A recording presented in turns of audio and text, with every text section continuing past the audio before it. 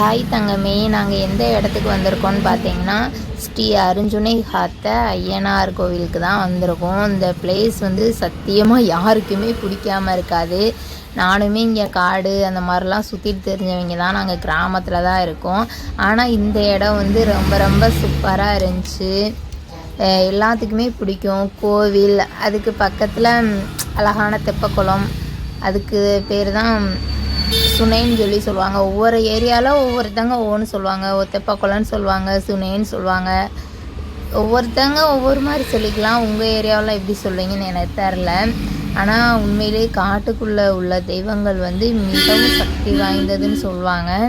நம்ம உண்மையாகவே மன ரீதியாகவே என்ன வேண்டிட்டு வரோமோ, நம்ம சுத்தபத்தமாக இருந்து வேண்டிட்டு வரோமோ அது நடக்கலாம். மேபி யாருக்கெல்லாம் நடந்திருக்குன்னு எனக்கு தெரியாது. பட்டு நான் கும்பிடுவேன். அந்தளவுக்கு ஃபுல் அண்ட் ஃபுல்லாக இறங்க மாட்டேன். அந்த மாதிரி இறங்குனதும் இல்லை. ஆனால் இங்கே பாருங்கள், அந்த சாவல்லாம் நேர்ந்து விட்ருக்காங்க பாருங்கள். இவங்களோட கோரிக்கைகள்லாம் நிறைவேறினா தானே இப்படி வந்து விடுவாங்க. இப்படி விட்ருக்காங்க. இந்த சாவல் விட்ட நைட்டு தான் நாங்கள் போயிருந்தோம். எப்படியும் நாங்கள் இந்த இடத்துல வந்து ஒரு 6 மணிக்கு தான் இருந்தோம். ஆனால் அந்த சாவல் என்ன பண்ணும், அங்கேயே தான் இருக்குமான்னு தெரில. லோக்கலில் உள்ளவங்களுக்கு தான் அது எந்த மாதிரின்னு தெரியும், நமக்கு தெரியாது. ஆனால் நான் போய் பார்த்துட்டு நல்லா என்ஜாய் பண்ணி சாமி கும்பிட்டு கடைசி இங்கே என்ட்ரன்ஸ்லேயே நவகிரகங்கள் இங்கேன்னு ஒரு சாமி இருந்தது. ஆனால் நான் நல்லா ஒரு என்ஜாய் பண்ணுற பிளேஸுன்னே சொல்லலாம். காலையில் போனோன்னா நம்ம ஈவினிங் தான் வர்ற மாதிரி இருக்கணும். நல்லா சாப்பாடு, ஸ்நாக்ஸ் எல்லாமே கொண்டு போய்ட்டு நல்லா சுற்றிட்டு வீடியோஸ் எடுத்துகிட்டு இந்த மாதிரிலாம் வந்தால் ரொம்ப ரொம்ப சூப்பராக இருக்கும். எங்களுக்கு அந்த மாதிரி டைமிங் இல்லை. அதனால தான் நாங்கள் எல்லா இடத்துக்குமே அப்படியே கொஞ்சம் கொஞ்சமாக போயிட்டு அப்படியே வந்துட்டோம்.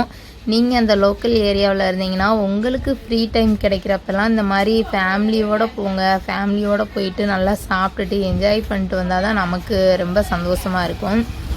பட்டு எங்கள் அண்ணாவை காணோம். அதான் நான் காரைக்கும் அங்கேக்கும் நடந்துக்கிட்டு இருந்தேன். அண்ணன் வந்தால் தானே வண்டி எடுக்க முடியும். அண்ணாவை தான் தேடிட்டு இருந்தோம். எங்களை விட்டுட்டு அண்ணன் வெளியில் போயிட்டு வரேன்ட்டு போயிட்டாங்க. ஆளை காணோம்.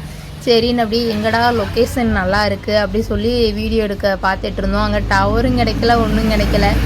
சரி வீடியோவாவது எடுப்போமே. எனக்கு இந்த ட்ரெஸ்ஸு வேறு ரொம்ப பிடிச்சிருந்துச்சி. இந்த ட்ரெஸ்ஸில் இன்னும் கொஞ்சம் நல்லா இருக்கிற மாதிரி ஒரு ஃபீல் ஆச்சு.